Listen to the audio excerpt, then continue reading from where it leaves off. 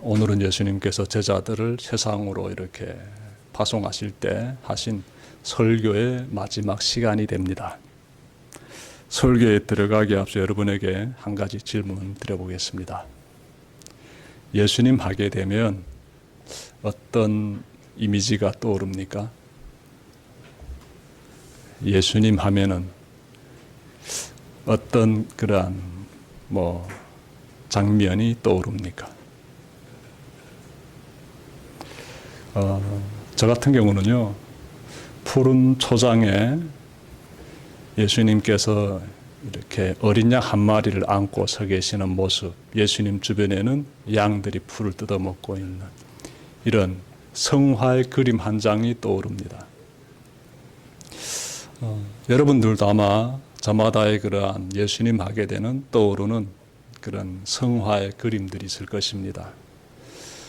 예수님하고 우리가 이렇게 떠올려 봤을 때 안겨오는 그림들은 굉장히 따뜻한 이미지를 담고 있습니다.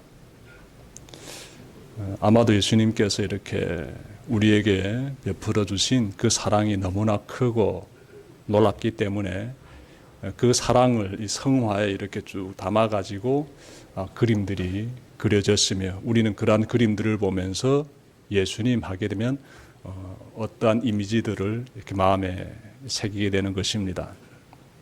저 같은 경우에는 푸른 초장에서 어린 양 한 마리 안고 계시는 예수님, 옆에서는 양들이 풀을 뜯어먹는 모습이 참 따뜻하게 안겨옵니다. 그런데 여러분, 오늘 본문의 34절 보시면요, 말씀 보니까 매우 충격적입니다. 보십시오. 너희는 내가 세상에 평화를 주려고 온 줄로 생각하지 말아라. 평화가 아니라 칼을 주려고 왔다. 예수님의 이미지하고 34절 말씀을 이렇게 대비해 보게 되면은 크게 모순되는 것 같습니다. 예수님 하게 되면 사랑과 평화의 이미지가 떠오르는데, 따뜻한 마음이 차 이렇게 피어나는데, 칼 하게 되면은 이 칼이라는 것은요, 아주 차가운 단어예요. 평화는 따뜻한 단어이지만 칼 하게 되면 굉장히 우리의 마음을 냉각시키는 차가운 단어입니다. 그런데 예수님께서 내가 너희들에게 평화를 주려고 온 것이 아니라 칼을 주려고 왔다, 이렇게 말씀하고 있지 않습니까? 그래서 충격이 돼요. 무슨 의미일까? 그래서 오늘 본문 말씀을 통해서 여러분들이 평화라는 이 단어가 가지고 있는 의미, 예수님께서 평화를 언급하실 때 이 평화라는 단어가 가지고 있는 의미는 무엇이고, 예수님께서 칼이라고 말씀하실 때 칼이라는 이 단어 속에 담겨진 의미는 무엇인지 우리가 각각 잘 살펴봐야 합니다. 그래야 예수님께서 말씀하시는 이 내용을 우리가 올바르게 깨달을 수가 있습니다. 먼저 평화에 대해서 살펴봅시다. 당시 사회 가운데로 들어가면 유대인들은 그리스도의 도래를 학수고대하고 있었습니다. 하나님께서 약속하신 분, 그리스도, 그분이 어서 빨리 이 땅 가운데 오시기를 간절히 유대인들은 기다리고 있었습니다.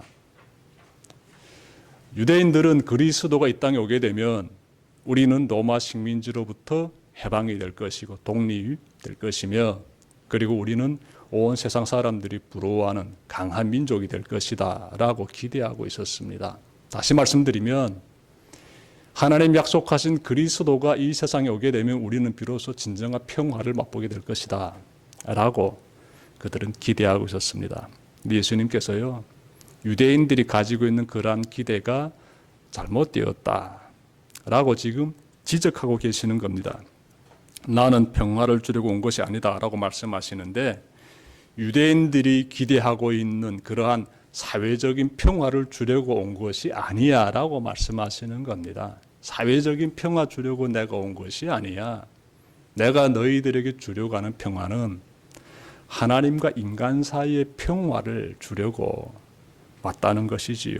여러분, 하나님과 인간 사이의 관계에 대해서 성경은요, 어떻게 말씀하고 있는가 하면 인간이 범죄함으로 하나님과 적대적 관계에 놓여 있다라고 말씀하고 있습니다. 죄악된 인간은 거룩한 하나님과 어떤 관계? 적대적인 관계에 놓여 있다라는 것이지요. 예수님께서 오셔서 이 적대적인 관계를 해소시키고 하나님과 인간 사이의 평화적인 관계를 마련해 주시기 위해서 오셨다는 것이지요. 그리스도의 사명은 무엇이다? 사회적인 평화가 아닌 하나님과 인간 사이의 이 평화로운 관계를 마련해 주기 위해서 그리스도가 오셨다는 것이죠. 이 부분을 예수님께서 심어주시기 위해서 이렇게 말씀하고 있는 겁니다. 내가 세상에 평화 주려고 온 것이 아니라 평화가 아니라 칼을 주려고 왔다. 그 말씀의 의미 속에 평화가 가지고 있는 의미 여러분들 잘 깨달으시길 바랍니다. 이사야 선지자가 이렇게 말했습니다. 53장 4절부터 6절 한번 경청해 보십시오. 그는 실로 우리의 질고를 지고 우리의 슬픔을 당하였거늘 우리는 생각하기를 그는 징벌을 받아 하나님께 맞으며 고난을 당한다 하였노라. 그가 찔림은 우리의 허물 때문이요 그가 상함은 우리의 죄악 때문이라. 그가 징계를 받음으로 우리는 평화를 누리고 그가 채찍에 맞음으로 우리는 나음을 받았도다. 우리는 다 양 같아서 그릇 행하여 각기 제 길로 갔거늘 여호와께서는 우리 모두의 죄악을 그에게 담당시키셨도다. 예수님 오시기 전에 이사야 선지자가 장차 오시게 될 그리스도가 어떤 말씀하고 있습니까? 그리스도가 장차 어떤 일을 감당하게 된다라고 말씀하고 있습니까? 우리의 죄악, 그분이 대신 짊어지고 고통당한다. 이 말씀하고 있어요. 그러한 그분의 고통으로 인하여서 우리는 무엇을 누린다? 평화를 누린다. 이렇게 이사야 선지자가 미리 예언했습니다. 바울 사도도 이렇게 말했습니다. 로마서 5장 10절 곧 우리가 원수 되었을 때에, 여기서 원수는 하나님과의 관계가 되겠습니다. 어떤 관계? 원수 관계. 우리가 하나님과 원수 관계 되었을 때 그 뜻입니다. 그의 아들의 죽으심으로 말미암아 하나님과 화목하게 되었은즉 화목하게 된 자로서는 더욱 그의 살아나심으로 말미암아 구원을 받을 것이니라. 사도 바울이 로마서 5장 10절에서 말씀을 이렇게 하고 있는데, 하나님과 원수 관계에 놓여 있던 우리가 예수 그리스도께서 우리를 위하여 희생하심으로써 하나님과 화목한 관계가 이루어지게 되었다 라는 의미를 이 속에서 지금 말씀하고 있습니다. 자, 정리하면은요, 예수님이 주시려는 평화는 하나님과 우리 사이의 평화입니다. 하나님과 우리 사이의 평화, 이 평화를 예수님이 주기를 원하시지요. 세상적인 평화가 아닙니다. 그것은 자신을 희생시킴으로 이룩하신 하나님과 우리 사이의 평화입니다. 지금까지 제가 평화에 대해서 전해드렸어요. 평화. 다음으로 예수님이 전하시는 칼에 대해서 한번 살펴볼게요. 칼. 35절과 36절 제가 읽겠습니다. 나는 사람이 자기 아버지와 맞서게 하고 딸이 자기 어머니와 맞서게 하고 며느리가 자기 시어머니와 맞서게 하려고 왔다. 사람의 원수가 자기 집안 식구일 것이다. 예수님 말씀 보니까 어떻습니까? 칼이 가지고 있는 의미가 전쟁이 아닌 충돌입니다. 충돌. 칼을 주려고 왔다라고 할 때 그 칼이 가지고 있는 의미가 전쟁이 아니란데요. 충돌. 가족 안에서 식구들 사이에서 일어나게 되는 강한 충돌을 의미하고 있습니다. 예수님께서 너희가 나를 따르면 가족과의 충돌이 일어날 수 있다라는 걸 지금 말씀하시는 거예요. 그래서 아버지와 맞서게 하고 딸이 어머니와 맞서게 하고 며느리가 시어머니와 맞서게 하고 라고 지금 말씀을 이렇게 예수님께서 전개하시는 것이에요. 자, 예수님께서 이렇게 칼이라는 용어를 사용하시는데 예수님의 제자들은 예수님의 말씀을 들으면서 깊이 공감하게 됩니다. 왜냐하면 당시 예수님을 그리스도로 믿는 그런 사람은 유대교로부터 출교를 당했습니다. 유대 사회로부터 추방당한 것이에요. 왜? 예수님을 그리스도라고 믿기 때문에. 이 유대 집단이 그 사람을 받아주지 않습니다. 용납하지 않습니다. 곧바로 출교시켰습니다. 그러니 이 가족들이요, 우리 식구들 중에 예수를 믿으면서 다니는 사람이 발생될까 봐 전전긍긍하게 되지요. 가족 중에 예수 믿는 사람 나타나게 되면 그 사람 예수 믿지 못하도록 가족들이 박해를 가하게 됩니다. 그래서 예수님께서 사람의 원수가 자기 집안 식구일 것이다 라고 말씀하신 것이에요. 수년 전에 소천한 나빌 쿠레시가 쓴 책 누가 진짜 하나님인가에 실린 실화입니다. 때는 2008년이고요. 사우디아라비아에서 태어난 무슬림 젊은 여성이 있는데 나이는 26살이고 이름은 사라 파티마입니다. 사라 파티마. 이 여성이 어느 날 예수님을 영접합니다. 무하마드가 이 구주인 것이 아니라 예수님이 구주심을 깨달은 것이에요. 무하마드를 따르는 것이 진리인 것이 아니라 예수님을 따르는 것이 참 진리다라는 이 복음을 이 파티마 여성이 깨닫게 됩니다. 이 여성에게는 오빠가 있었는데 오빠가 자기 누이 동생이 예수님 믿는다는 사실을 알게 됩니다. 그래서 죽이려고 마음을 먹게 돼요. 오빠의 그 마음을 여성이 알게 돼요. 아, 내가 이제 오빠 손에 죽을 수도 있겠구나. 직감하지요. 그래서 자기 방에서 인터넷에 시 한 편을 써서 올립니다. 인터넷에. 그 시의 일부 내용 제가 알려드리겠습니다. 자, 눈물이 뺨을 적시고 마음이 슬픕니다. 그리스도를 따르기로 한 이들에게 당신은 얼마나 잔혹한가요?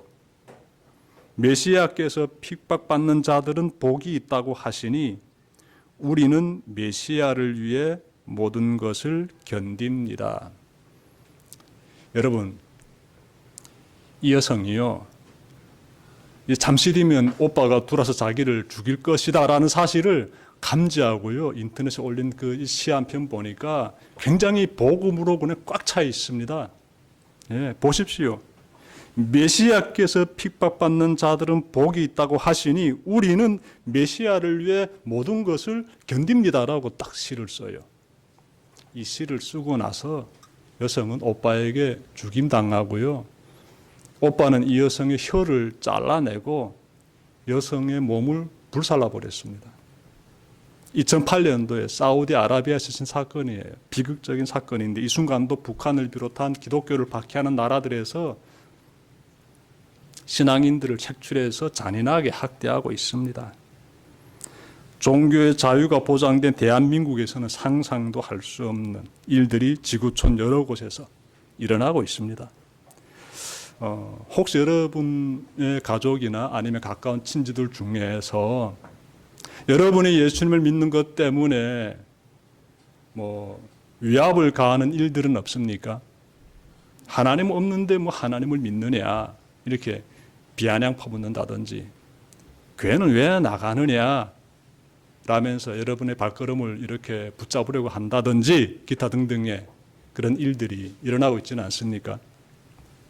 여러분, 그러한 나의 신앙을 공격하는 이 외부의 힘들을 느낄 때마다 그 뒤에 사탄이라는 존재가 있음을 꼭 기억하시길 바랍니다. 사탄이 있어요. 내가 예수 믿으려고 움직일 때마다 못 나가게 만드는 영적인 힘이 있는데 성경 보니까 그 존재가 드러나게 돼요. 사탄이에요. 여러분, 누가복음 22장 3절과 4절 보시면 유다의 마음에 사탄이 들어왔다라고 해요. 유다는 예수님의 제자들 가운데 한 사람이에요. 근데 유다라는 사람 마음에 사탄이 들어오자 유다가 대제사장을 찾아가서 예수를 붙잡을 계획을 세우게 됩니다. 그래서 예수님께서 붙잡히게 되시는 거예요. 이 사탄의 공격을 여러분들이 좀 감지할 수 있었으면 좋겠습니다. 내가 하나님의 뜻을 따라서 예수 그리스도의 뒤를 따라 걷고자 하는데 그때마다 나에게 방해를 가하는 자들이 있다라면은 여러분들 꼭 하나님께 기도드리십시오. 간절히 하나님, 사탄의 공격이 감지됩니다. 저를 도와주십시오. 제가 이겨낼 수 있도록 나의 힘만으로는 어림도 없습니다. 그러니 하나님 저를 도와주십시오라고 그때 그 즉시 그 자리에서 간절히 하나님께 기도드리시길 바랍니다. 하나님께서 여러분들을 꼭 도와주십니다. 지금까지 예수님이 말씀하신 평화와 칼에 대해서 제가 말씀드렸는데 평화와 칼은 서로 상반되는 그러한 단어들이지요. 평화는 따뜻한 이미지 안겨준다면 칼은 좀 차가운 이미지를 안겨주는 그런 단어들인데 예수님께서 이러한 단어들을 딱 등장시키시면서 어떤 말씀 하시는가 봤더니 나는 사회적인 평화가 아니라 하나님과 너희들 사이의 평화를 마련해 주기 위해서 왔다라고 말씀하시는 것이고요. 그리고 칼을 보게 되면은 이 충돌이에요. 예수님을 따르는 그 길에 이 박해가 있으니 단단히 각오해야 된다라고 예수님께서 지금 말씀해 주시는 겁니다. 자, 이어서 우리 예수님께서 십자가의 길에 대해서 말씀하시는데요. 제가 37절부터 38절 읽겠습니다. 나보다 아버지나 어머니를 더 사랑하는 사람은 내게 적합하지 않고 나보다 아들이나 딸을 더 사랑하는 사람도 내게 적합하지 않다. 또 자기 십자가를 지고 나를 따르지 않는 사람도 내게 적합하지 않다. 37절과 38절 보시면 두 가지 모습이 그려집니다. 우선 부모나 자식보다 예수님을 더 사랑하는 사람의 모습이에요. 자, 37절에서 예수님 이렇게 말씀하시죠. 아버지나 어머니보다 나를 더 사랑해야 된다. 이렇게 말씀하고 있지 않습니까? 자식들보다 나를 더 사랑해야 된다. 이렇게 지금 말씀하고 있지 않습니까? 그러니 예수님을 가장 뜨겁게 사랑하는 사람의 그 모습이 떠오르게 되지요. 저는요, 주님의 이 부르심에 순종해서 정말 거의 20년 가까이 이 목회자의 길, 또 이 주의 종의 길을 걸어가고 있는데 신학대학 들어가서 쭉 신학도 마치고 교육전도사도 하고 교회도 개척해가지고 이제는 12년 돼가고 있는데 이렇게 살았으면 어찌 보게 되면 주님을 꽤 사랑하는 사람인 것 같습니다. 예. 그런데 전 이런 말씀 볼 때마다 내 영혼의 채찍을 느낍니다. 영혼의 채찍. 하나님께서 가하시는 채찍. 어디에? 나의 영혼에. 왜냐하면 제가 주님을 사랑한다고 하지만 주님보다 자식들을 더 사랑할 때가 종종 있거든요. 예. 우리 예수님께서 지금 하시는 말씀 보게 되면 자식보다 나를 더 사랑해야 돼. 이렇게 말씀하고 있어요. 부모를 사랑하지요, 여러분들. 근데 부모보다 더 사랑해야 될 존재가 계시는데 그분이 예수님이시다라고 지금 말씀하고 있습니다. 그러니 여러분들 이 말씀을 보면서 우리 영혼에 좀 이렇게 깨어남의 역사들이 일어났으면 좋겠어요. 깨어남의 역사. 내가 주님을 얼마나 더 사랑해야 되는지를 비로소 화들짝 놀라면서 깨어나는 그러한 시간들이 있었으면 참 좋겠습니다. 예수님께서 그런 모습을 원하십니다. 자, 다음으로 자기 십자가를 지고 예수님을 따르는 그런 사람의 모습이 떠올라요. 자기 십자가를 지고 예수님을 따르는 모습. 그리하게 되면은 생명을 얻을 것이다. 이렇게 말씀하고 있거든요. 39절 보시면 자기 십자가를 지고 예수님을 따르게 되면은 생명을 얻을 것이다. 여러분, 자기 십자가를 지고 예수님을 따르는 것은 신앙의 핵심이에요. 물러설 수 없는 일이라고요. 핵심이 빠지면 아무것도 아닙니다. 그리스도인의 정신이 무엇인가 하면 자기 십자가를 지고 주님을 따르는 것이에요. 이러한 모습이 나에게서 나오지 않게 되면 모든 것 다 아무것도 아닙니다. 신앙의 핵심적인 모습이에요. 예수님께서는 강조하고 있는데요. 어느 정도 강조하시는 그것을 생명과 딱 직결시키십니다. 39절 보니까 자기 목숨을 얻으려는 사람은 목숨을 잃을 것이요. 나를 위해 자기 목숨을 잃는 사람은 목숨을 얻을 것이다. 이렇게 말씀하시는 거예요. 핵심이기 때문에 이렇게 말씀하시는 거예요. 핵심이기 때문에. 결코 양보할 수 없는 신앙의 핵심이기 때문에 이렇게 말씀하고 있는데요. 오늘날 자기 십자가를 지고 예수님을 따르는 이 삶에 대해서 우리 한번 생각해 봅시다. 우리는 지금 큰 박해를 모르고 살고 있지 않습니까? 신앙의 자유가 펼쳐진 이 땅에서 말입니다. 우리는 솔직히 말해서 멀리서 들리는 미아리처럼 다가오지요. 피부로 느껴지지 않습니다. 왜? 박해가 없으니까. 그런데 자기 십자가를 지고 이 시대에서 내가 그리스도인으로 산다는 것은 무엇일까? 꼭 생각해 봐야 되겠습니다. 보통 문제 아니거든요. 왜? 나의 구원과 생명과 직결되기 때문에 그래요. 아일랜드 문학의 거장으로 떠받들리고 있는 클레어 키건이 쓴 소설이 있는데 이처럼 사소한 것들입니다. 제목이 이처럼 사소한 것들. 이 소설은 20세기 아일랜드의 수녀원들에서 일어났던 여성 학대 사건들을 다루고 있습니다.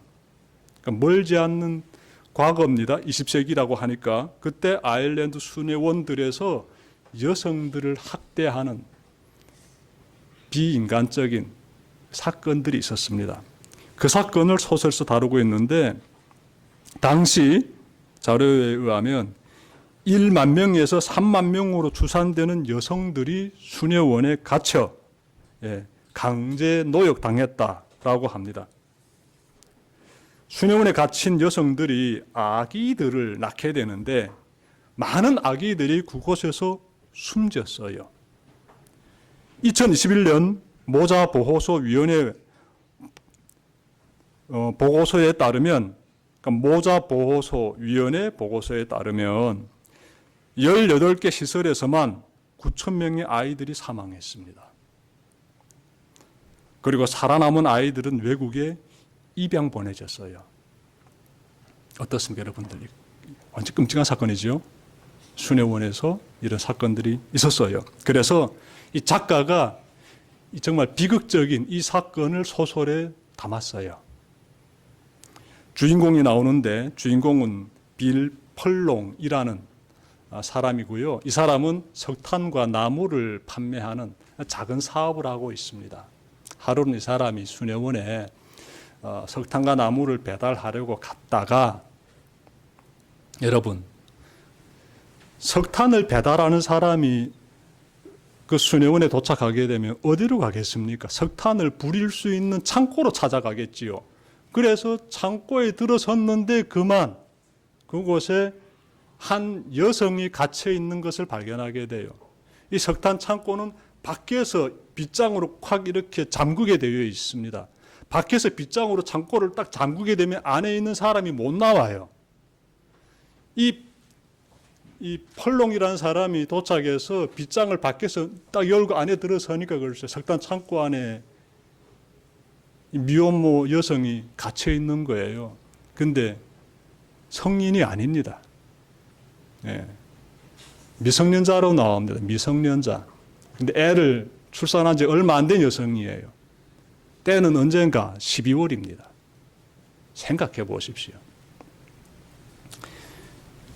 충격적인 장면을 보게 됩니다. 충격적인 장면을. 근데 이 펄록이라는 사람이 그때 어떻게 하는가 하면 이 여성을 수녀원에 있는 원장에게 인계해주고 자기는 그냥 돌아섭니다. 그 뒤로 이 펄롱이라는 사람이 마음에서 계속 이 여성의 모습이 떠오르게 돼요.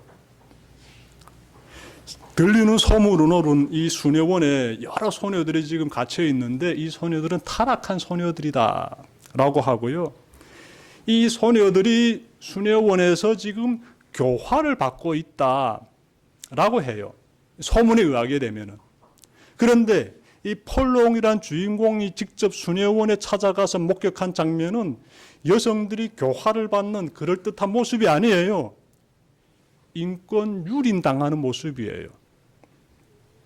여러분, 이러한 사건을 보고 펄롱이 마음에 큰 무거운 짐 같은 걸 느끼게 되는데 이 마을 사람들은 이 사실을 거의 다 알고 있어요. 수녀원에서 정말 애절문 아가씨들이 또 미성년 소녀들이 이렇게 굉장히 노동학대 당하고 있다는 사실들을 알고 있는데 이것을 어떻게 묵인하고 있습니다. 누구 하나 나서서 잘못된 걸 지적하지 않고 있어요.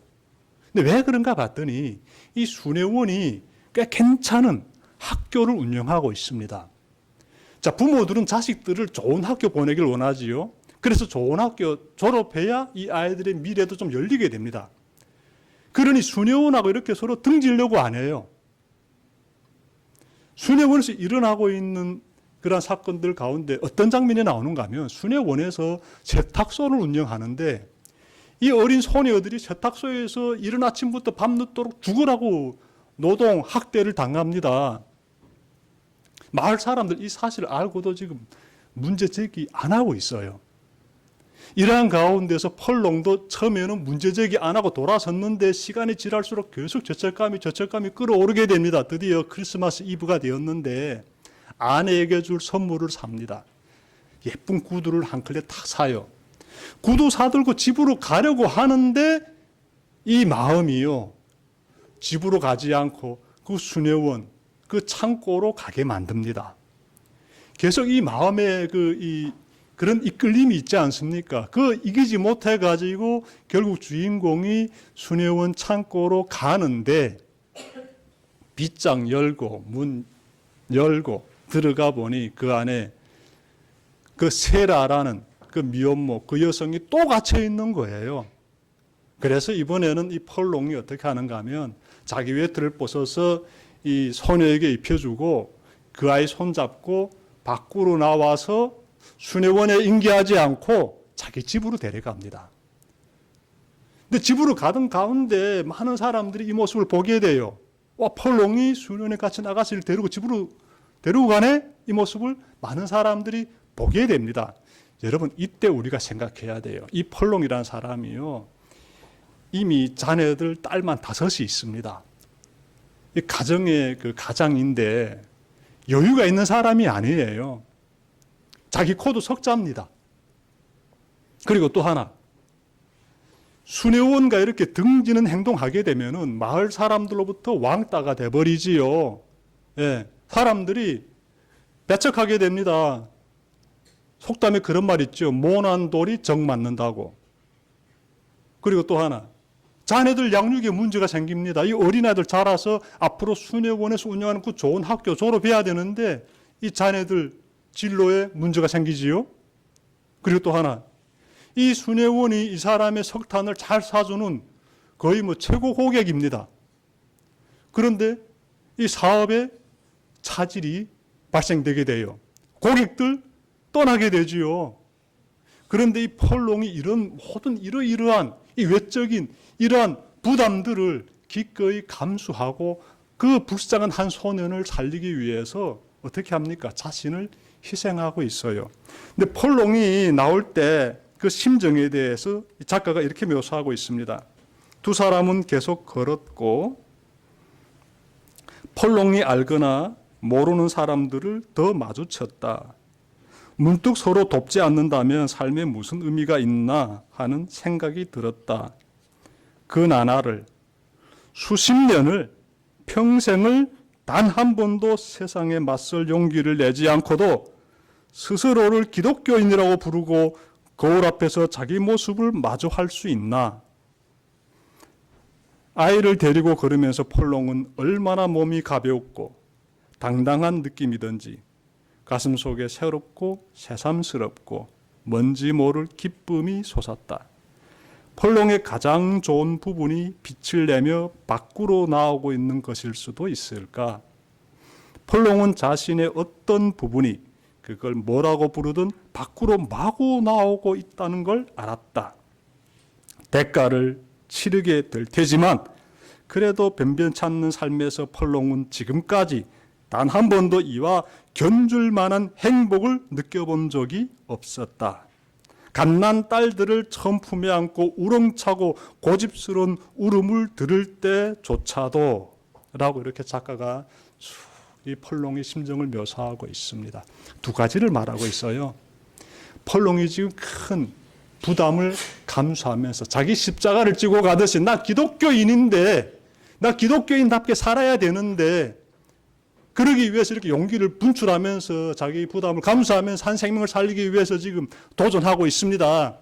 이런 모습과 그 부담스러운 그 사람의 마음 가운데 두 번째로 발견될 수 있는 것은요, 기쁨이에요. 내 자식이 태어났을 때 그 느꼈던 그 기쁨, 이 기쁨보다 못하다는 거예요.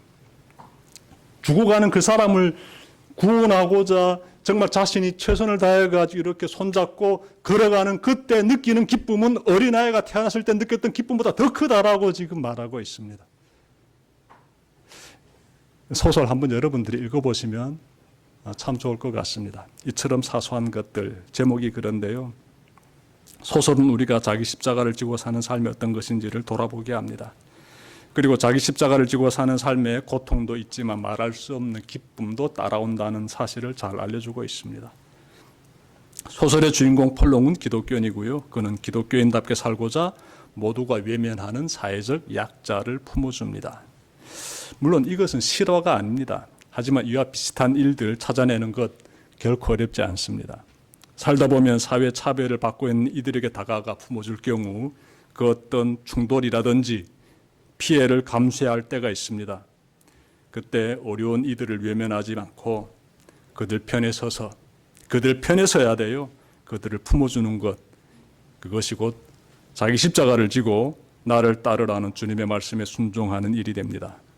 주님은 그렇게 행동하는 사람에게 생명이 주어지게 된다라는 귀한 약속에 말씀하셨습니다. 39절, 자기 목숨을 얻으려는 사람은 목숨을 잃을 것이요 나를 위하여 자기 목숨을 잃는 사람은 목숨을 얻을 것이다. 기도드립시다.